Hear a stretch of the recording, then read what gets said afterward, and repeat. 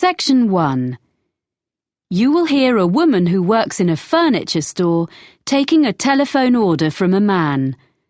First, you have some time to look at questions 1 to 5. Pause the recording for 30 seconds.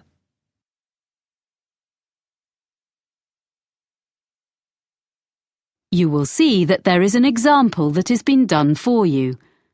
On this occasion only, the conversation relating to this will be played first.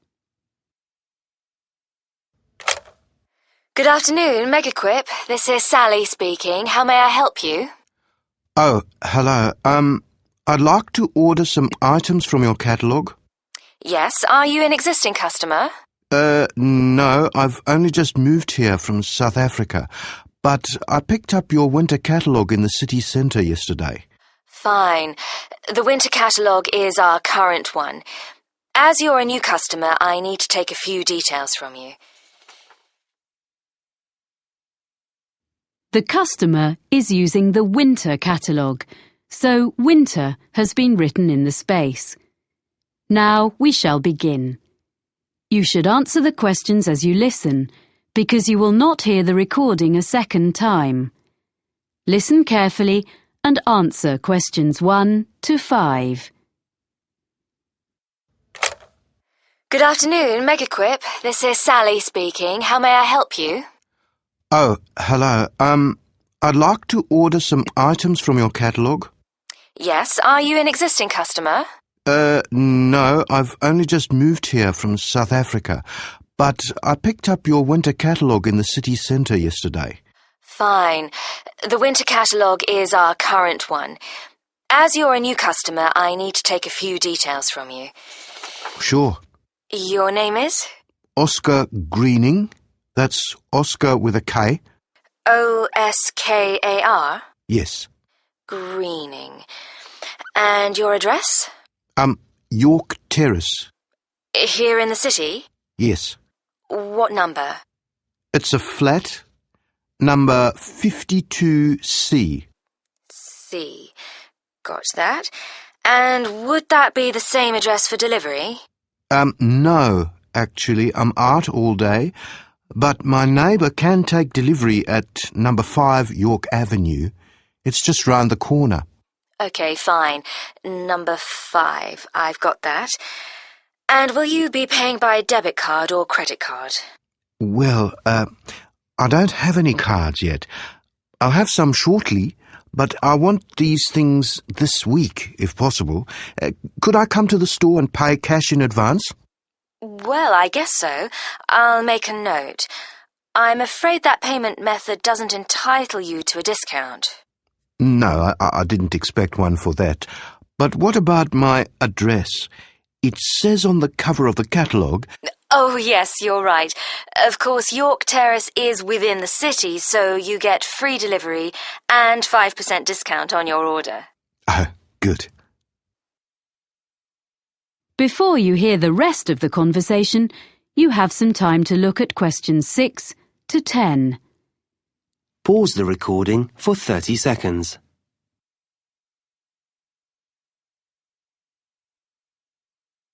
Now listen and answer questions 6 to 10.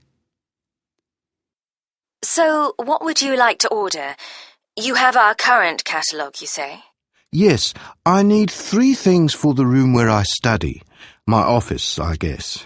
The most urgent is a desk lamp. Is your catalogue number 664 in stock? 664?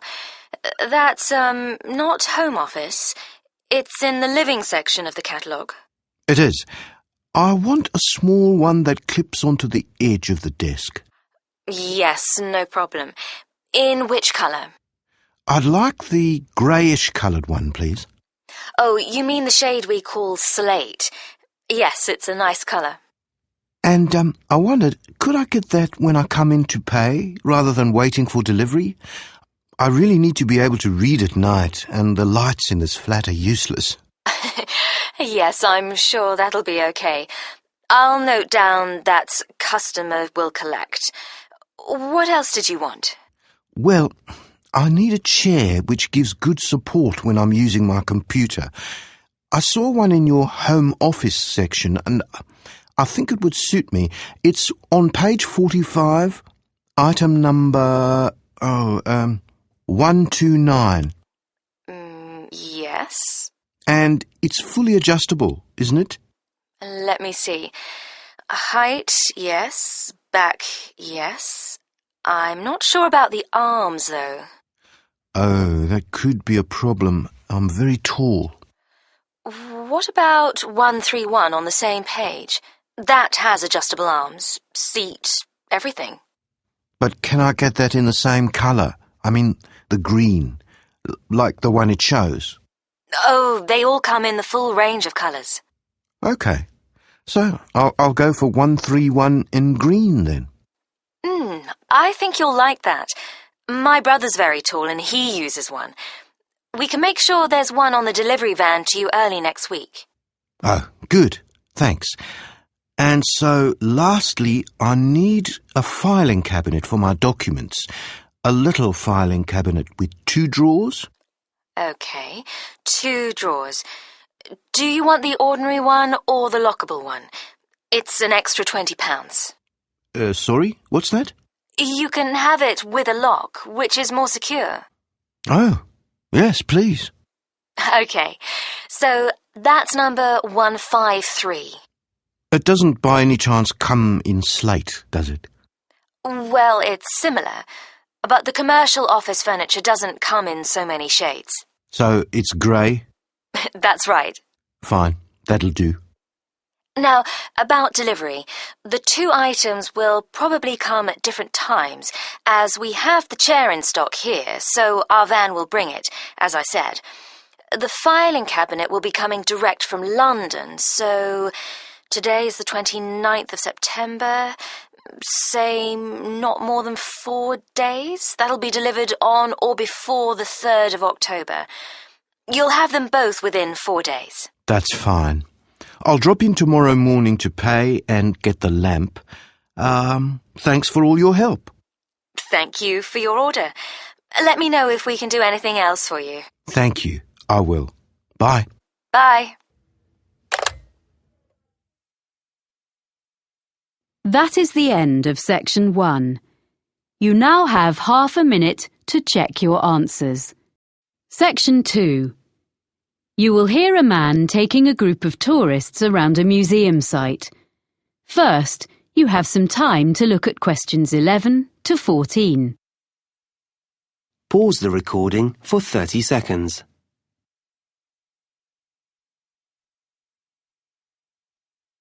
Now listen carefully and answer questions 11 to 14.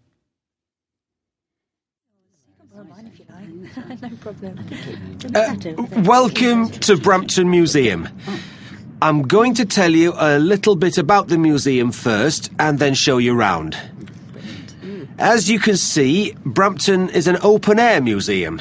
The first open-air museums were established in Scandinavia towards the end of the 19th century, and the concept soon spread throughout Europe and North America, and there are several in Britain, all of which tell the history of a particular part of the country. Brampton focuses on life during the 19th century.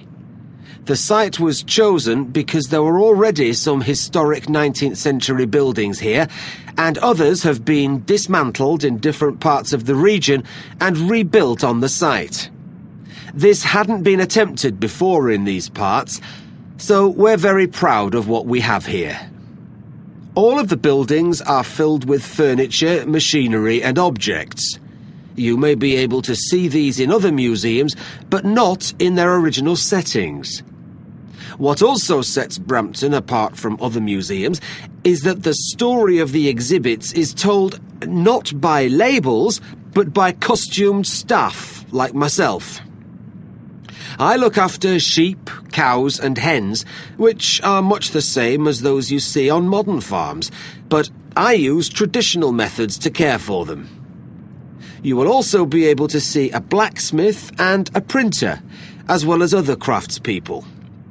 If you talk to them, you'll be able to find out what life was really like 150 years ago. Our programme of activities during the year has guided walks, an agricultural fair, and all the other events you would expect a museum to have. But remember, here you experience them in the real surroundings. The site is divided into different areas. The main building contains our High Street, which is a street of 19th century shops, offices and some homes. There's a stationer's shop which sells a range of specially selected cards, prints and copies of Victorian stationery, all available for purchase by visitors. Upstairs, in the same building, a printer demonstrates the production of posters, business cards and advertising material. Across the street from the stationer's is a clothes shop, and there's a baker's where you can watch a demonstration of someone making bread, cakes and pastries.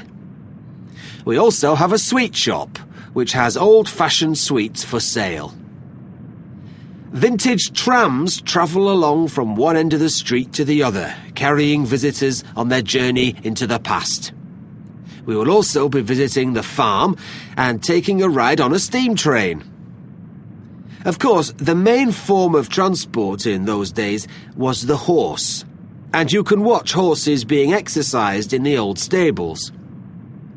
This part of Britain was famous for coal mining, and on the site we have part of a mine which opened in 1860 and was worked for over 100 years before closing in 1963. Visitors can put on a hard hat and take a guided tour underground to see how coal was worked and to experience the working conditions in the early 1900s. Before you hear the rest of the talk, you have some time to look at questions 15 to 20. Pause the recording for 30 seconds.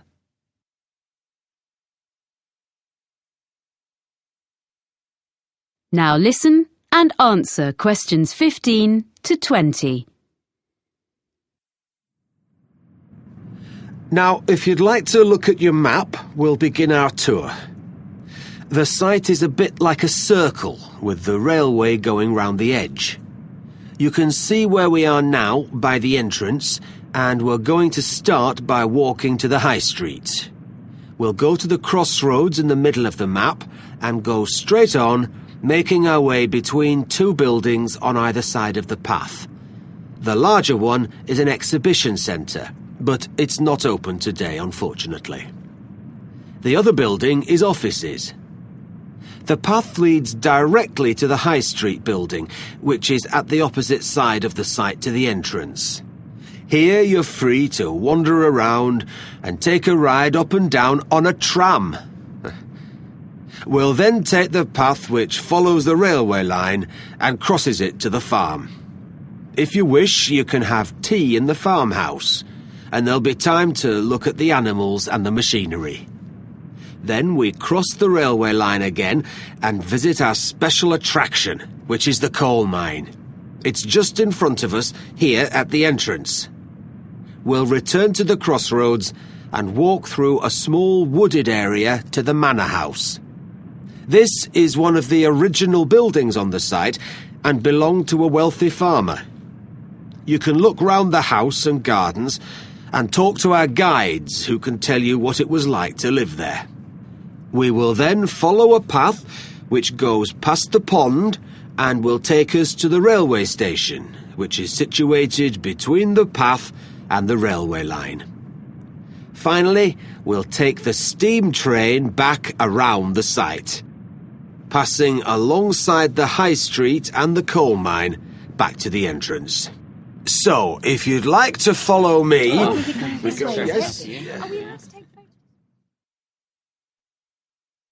That is the end of section 2.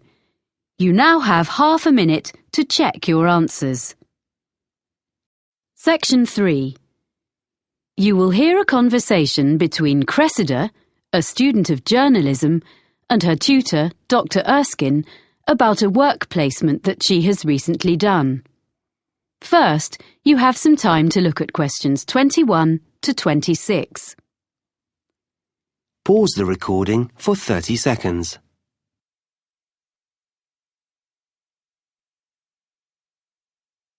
Now listen carefully and answer questions 21 to 26. Well, Cressida, that was an interesting presentation you gave yesterday on your placement at the TV News Centre. Thank you, Dr. Erskine. I did work hard on it. Yes, and you did entertain the class. They enjoyed your humour, but you informed them too. But I felt there was a bit of a backstory. You know, something you weren't telling us. So how was it really? Yeah, well, I learned a lot, as I said. Mm-hmm. But I think some of the lessons weren't ones I wanted to share with the whole group. Ah. I mean, my expectations about what it would be like were too high. I'd been fantasizing a bit about what I'd be doing. I mean, it all worked out okay in the end. But I got off to a bad start. Yes, I heard something similar from the producer, Ainsley Webb, who assessed your performance. He was quite negative about some of the things you did and your initial attitude, I'm afraid.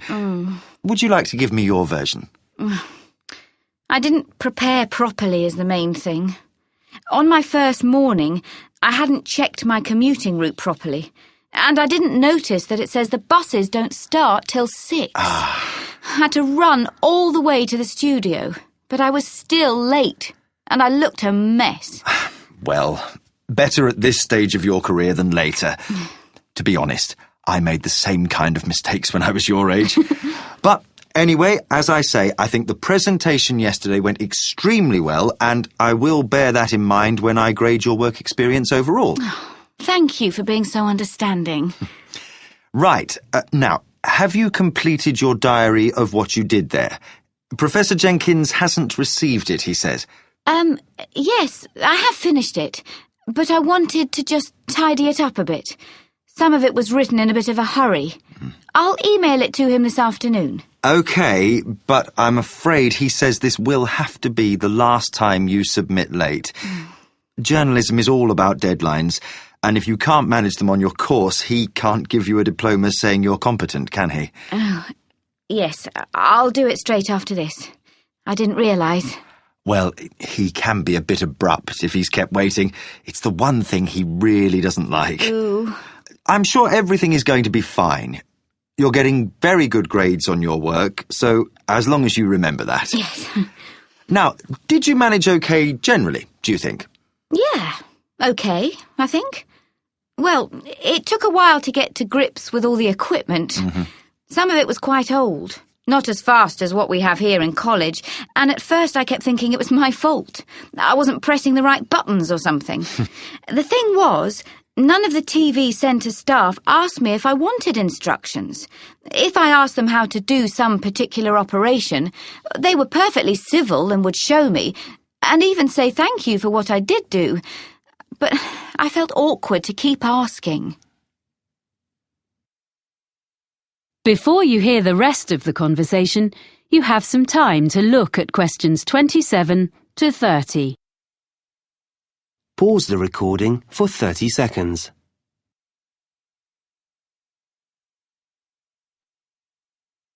Now listen and answer questions 27 to 30. Now, well, let's just review where you are, your write-up, and what you're going to include going forward to next term. First of all, did you eventually feel you were given enough to do? The first couple of days were manic. The production team was short of staff, and I was rushing all over the building, taking messages to various people and fetching things. Of course, I didn't know my way around. So I kept ending up in some storeroom or somewhere, instead of the studio I was meant to be in. Or I mistook some important visitor for a colleague because I didn't know who anyone was. Then, after that, things sort of calmed down. So sometimes I was hanging about until someone decided to give me a chore. But I had a piece of luck at the end of the week, because they got a new bit of equipment which was the same as we have in the editing suite here, and I knew how to use it, which none of them did. so that gave me a bit of status. Unfortunately, it meant I spent the next 3 days stuck in the editing suite. But by the end, I'd shown I wasn't just a silly student. So then, when the senior reporter needed someone to go out with him when he went to interview a junior minister, I got to go along, because he knew I could handle the technical side. Well, that's good. Yes. Well, I know I need to learn from my mistakes. I mean, basically, I need to think more about forward planning. But on the other hand, I feel much more confident now. I did survive. I didn't ruin anything. I did actually make a contribution, according to the producer. Ah. One thing I want to take forward to my final assignment, though, is some reflections on ethics. Yes? I had a bit of an argument with one of the senior presenters. He was editing part of an interview, and he just changed something someone said. Ah. When I questioned him, he just snubbed me. And I mean, this wasn't some public relations expert or government professional spokesperson. It was like a member of the public. But he said, oh, they never remember what they said anyway. You want to develop this into part of your final assignment? It would be a very positive line. I can give you some references. Oh, thanks. That would be great. That is the end of section 3. You now have half a minute to check your answers. Section 4. You will hear a lecturer talking about the history of the electric guitar. First, you have some time to look at questions 31 to 40. Pause the recording for 1 minute.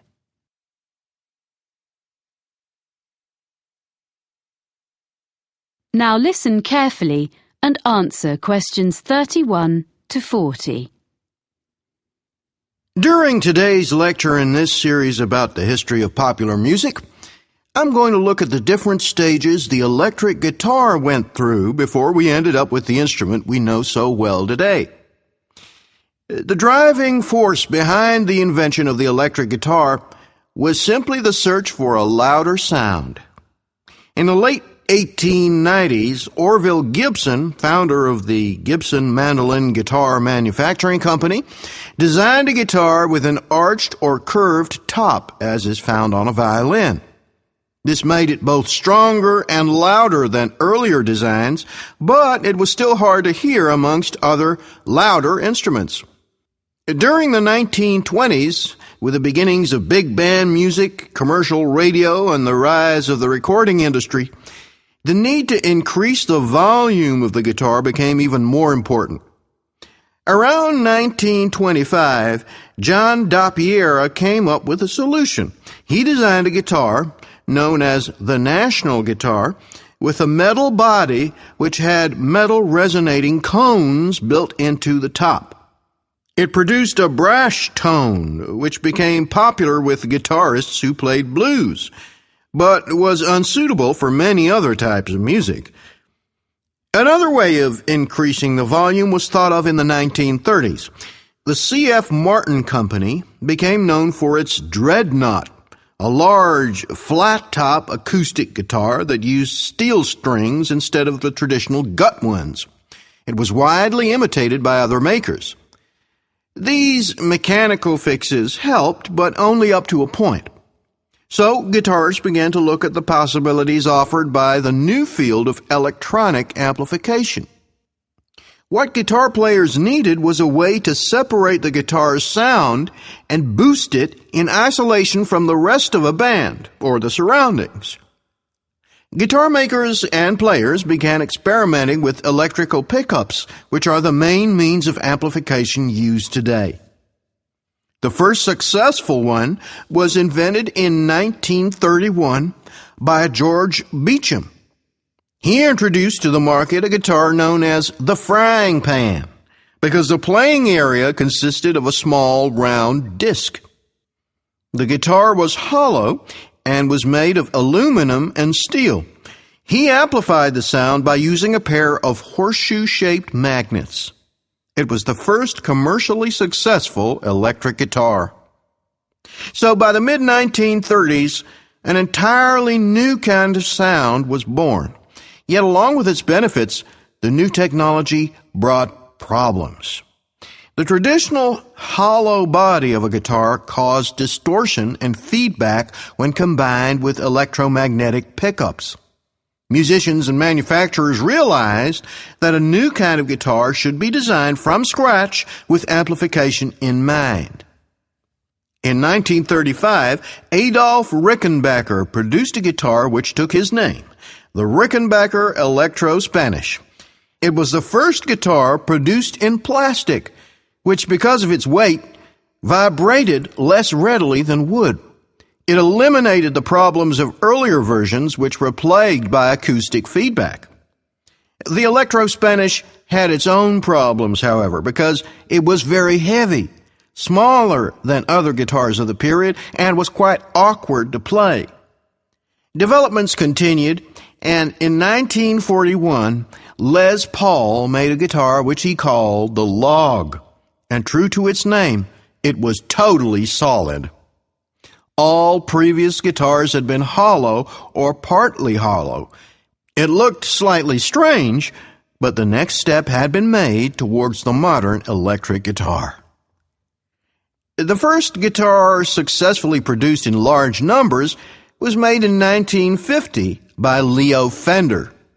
His Spanish-style electric guitar, known as a Fender Broadcaster, had a bolt-on neck and was initially criticized by competitors as being very simple and lacking in craftsmanship. Yet it was immediately successful and was particularly suited to mass production, spurring other guitar companies to follow Fender's lead. In 1951, Leo Fender revolutionized the music world yet again when he produced an electric bass guitar. This was the first commercially successful bass model to be played like a guitar. It was easier for players to hit an exact note. That's why it was called the Precision. Although there had already been electric stand-up basses, this was much more portable. It is now standard in the lineup of any rock band, and some historians suggest that entire genres of music, such as reggae and funk, could not exist without it. In 1952, the Gibson Company became Fender's first major competitor when Ted McCarty created the Gibson Les Paul guitar. It was distinctive because it was colored gold. The reason for this was to disguise the fact that it was made from two different kinds of wood. In 1954, Leo Fender responded to this successful instrument by introducing the Fender Stratocaster. It is easily identified by its double cutaway design and 3 pickups. This model may be the most influential electric guitar ever produced. The modern guitar as we know it was here to stay. That is the end of section 4. You now have half a minute to check your answers.